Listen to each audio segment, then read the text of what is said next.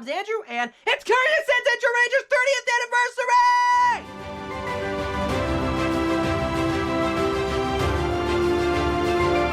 And this time, I double-checked. The season debut started in February 21st, 1992, ending in February 12th, 1993. Thank you, Ranger Wikia. And to celebrate this awesome occasion, I decided through all the months, all the reviews will be Zyuranger centered.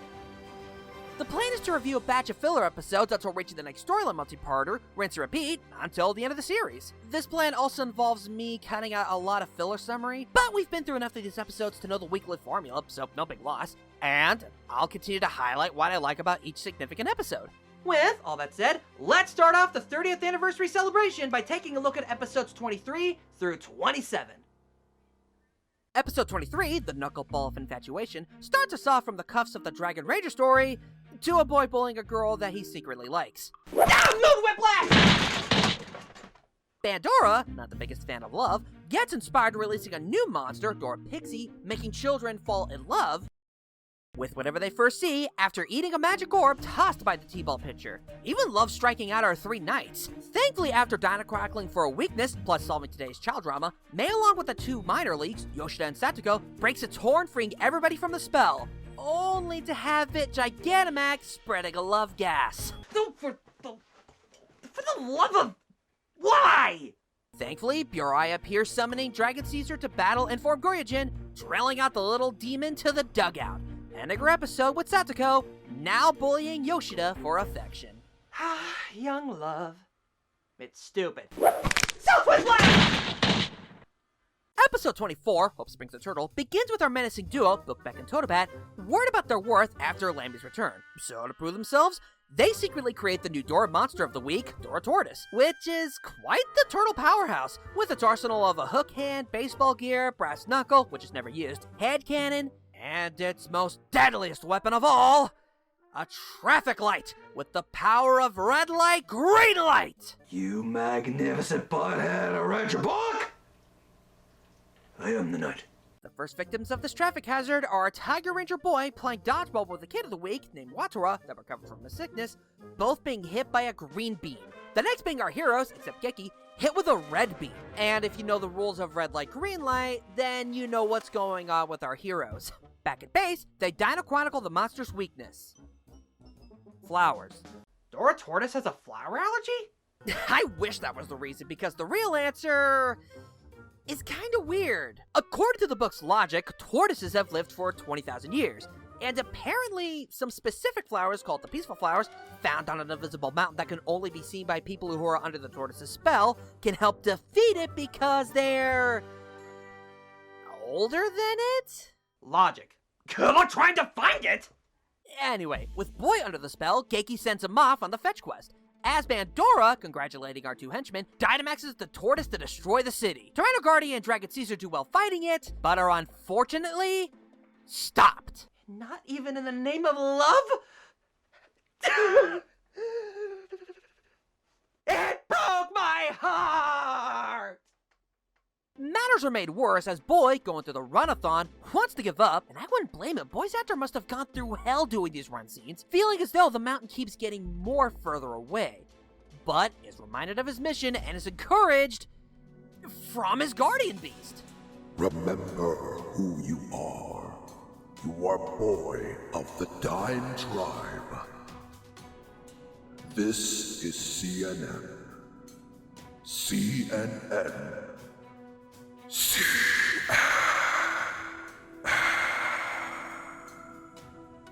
And so, after a few more dramatic moments, our episode ends with Boy getting the flowers, using them to weaken the shelled reptile, freeing the guardian beasts, turning it into dust, with our bumbling duo out on their luck. Ha! Episode 25, The Park Where Demons Dwell, starts up with Goshi with the kids of the week, Big Brother Daisaku, Little Sister Michiru, and an unveiling ceremony of a statue made as a symbol of nature and stuff, by their late father, who died of an illness, Mr. Sumura. At night, Bandora has her minions steal the statue, switching it out with a fake that has our Dora Monster of the Week inside it, eating the bugs of the park, making butterflies that spreads a sleep powder disease. Not again!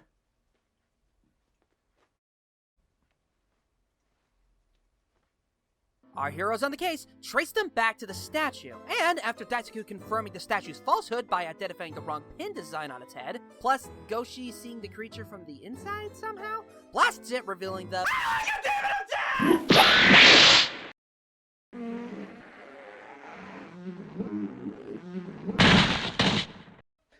Sorry. Phobia kicked in. Revealing the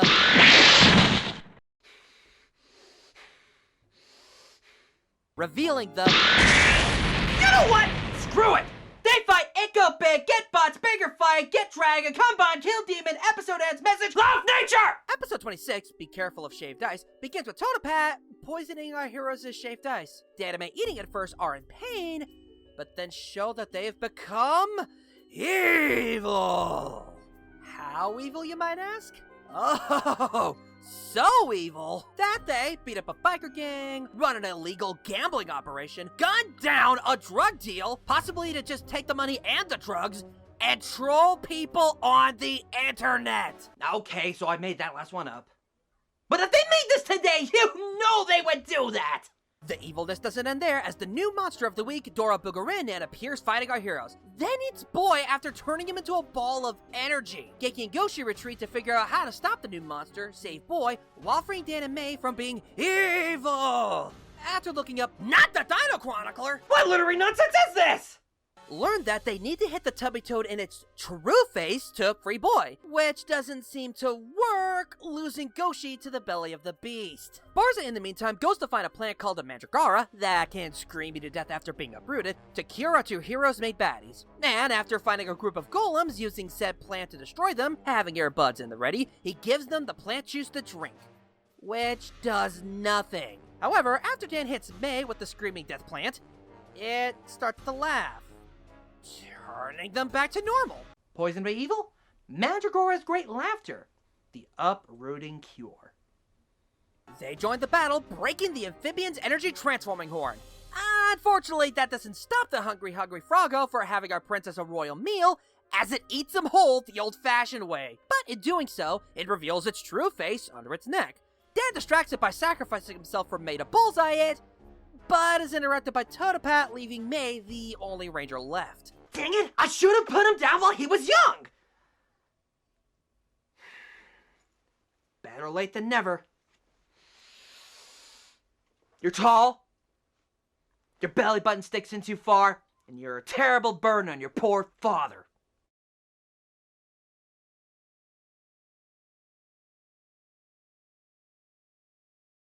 Retreating to the woods, May finds herself hopeless at first, until hitting upon an idea. Giving up. It's a trap! And a clever one at that. Ashy 2.0's Dan's plan being the bait, by rigging yourself a vine trigger flinging wooden spikes at its true face, freeing our heroes from this tummy ache. The episode ending with May giving the killing blow, 𝗏𝗏𝗏𝗡 running with his tail between his legs, and having our two last cured heroes worshipped by the biker gang from earlier. Da-da-da-da-da-da. Wham. We finish our batch of fillers with episode 27, I Want to Eat May. On the Ranger Wiki, it's called May on a Silver Platter, which makes me wonder why they have it as that. With said princess befriended the kid of the week, a flower-selling son of a florist named Masaru, crushing on a girl named Sayori, who was able to grow back an ancient unnamed flower that May tells him said name, since it came from her kingdom, called the Lyceum flower. Hey, just as long as it's not singing Feed Me, we're good. Unfortunately, we do get an Audrey 2 in the form of the new monster of the week that May is familiar with, called 𝗏𝗏𝗏𝗡𝗏, with the gimmick of eating, transforming, and spewing non-poisonous flowers to everyone, Sayori among them. Our heroes try to fight it off, but even with the aid of 𝗏𝗏𝗏𝗡𝗏 and 𝗏𝗏𝗏𝗏 helping them, they can't do much as it absorbs more flowers, becoming more powerful. Wait a minute, 𝗏𝗏𝗏𝗏 used absorb and it's super effective? I thought it was neutral! What is super effective is Masaru destroying all his flowers, blaming himself for Sayori's condition. May thankfully being there reminds him that the fault truly lies with Bandora and her herbivore plant monster corrupting the flowers. At the sad moment, May vows to defeat the weed beast, and after seeing the Lyceum flower getting ready to bloom, she hits upon an idea. Arson.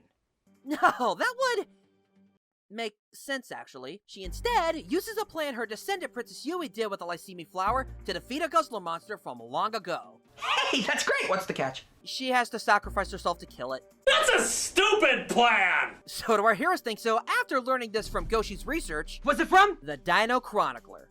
Everything is right in the world. Except my eyesight. Ow! They search for her, but are too late as Guzzler's ready to give thanks for the meal, only to get shot through its mouth with an arrow. It's a trap! Yeah, it turns out May improved on the old idea.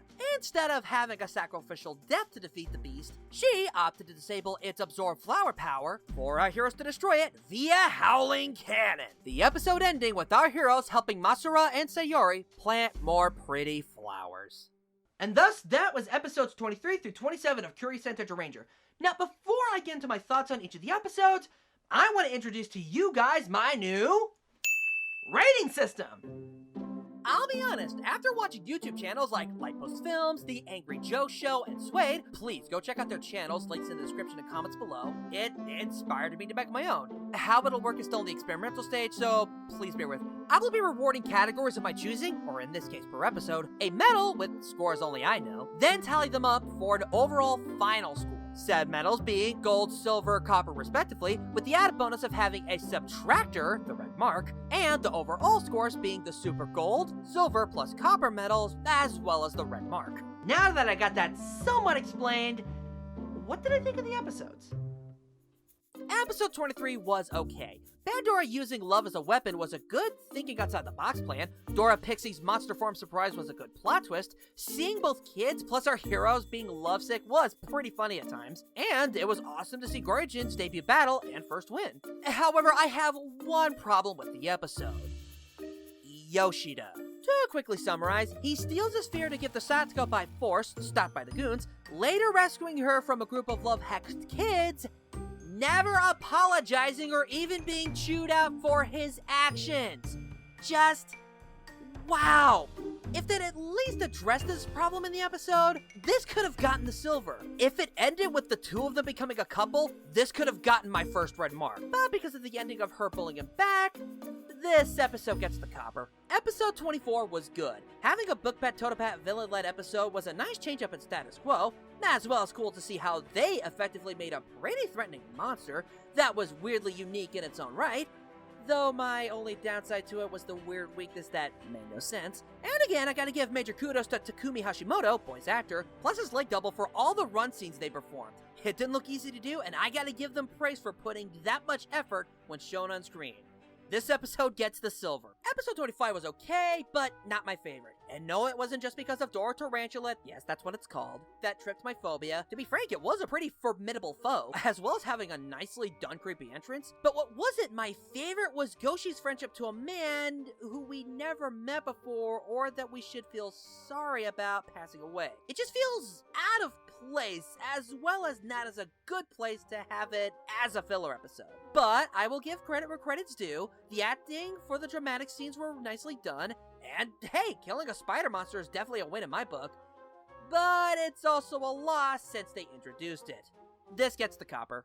Episode 26 gets the gold, there is no arguing about it. The anime being, plus doing evil things, from beating up a biker gang to gunning down a drug deal just so they could steal their stash of cash, were hilariously fun to watch for how out of character they were. Dora Bugarana was an unforgettable tough foe, and it was awesome to see May get the victory. Gold! And lastly, episode 27 was good. It was nice to have a May-centered episode that the Weekly Kid monster formula was able to serve in story. With Masura with the MacGuffin flower, Guzzler being an ancient enemy, and the dangerous ritual only for it to be a trap, did a good job building up tension, planting a clever twist. Silver. Overall, this batch of filler episodes gets the Super Silver Medal, with a recommendation of, give it a watch when you got a chance. Next time, we are going to be taking a look at episodes 28 through 31, so look forward to it. And, I gotta ask you guys, what do you think of my new rating system? Do you like it, dislike it, you think it needs improvement? Then leave a comment for me to read so I can learn about it. Now, with all that said, I just want to say thank you so much for watching. May God continue to bless you, and just have a good day.